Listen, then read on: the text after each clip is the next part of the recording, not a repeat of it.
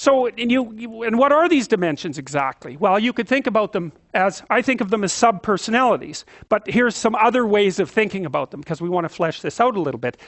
You could think of them as a frame of reference, so that if you're an extrovert, and I was going to tell you the extroverted question, does being around groups of people make you energetic, or does it exhaust you?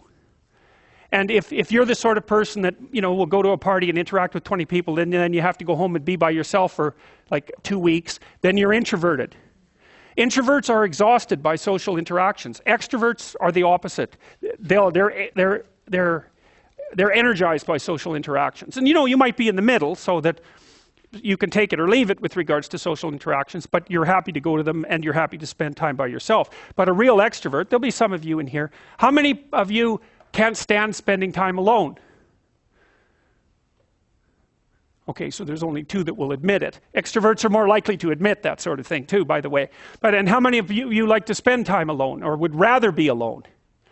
Okay, so there's a preponderance of introverts in this class, by all appearances. But that's a pretty canonical question for extroversion versus introversion. It's a very stable trait, by the way. It manifests itself early in life, and it's stable across the age span. Not completely.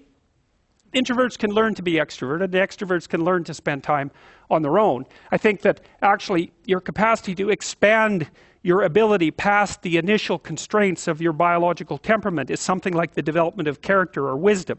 So if you're an introvert by nature and you learn how to be extroverted, then that expands your domain of competence. And if you're extroverted and you learn to be introverted, the same thing. But it's almost like, imagine a distribution of introversion here, extroversion here, a normal distribution.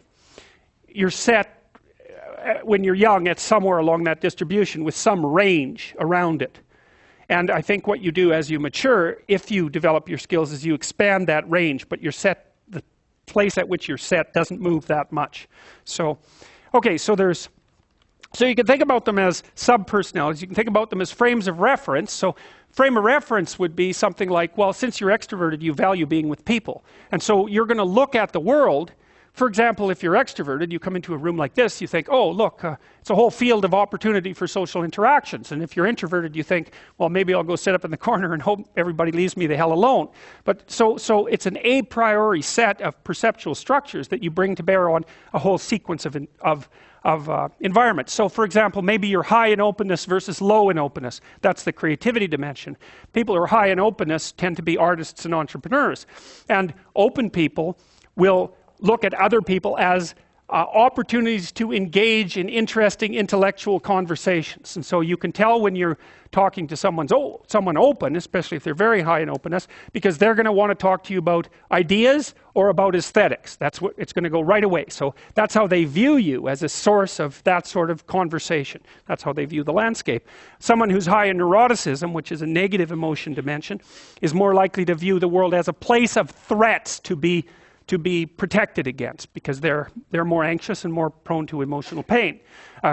So anyway, so that's the frame of reference issue. So there's something about your underlying fundamental psychological traits that determine, or influence at least, your value structures. And they do it at the level of perception.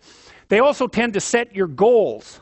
So extroverted people have as one goal the opportunity to engage with other people. So extroverts love parties.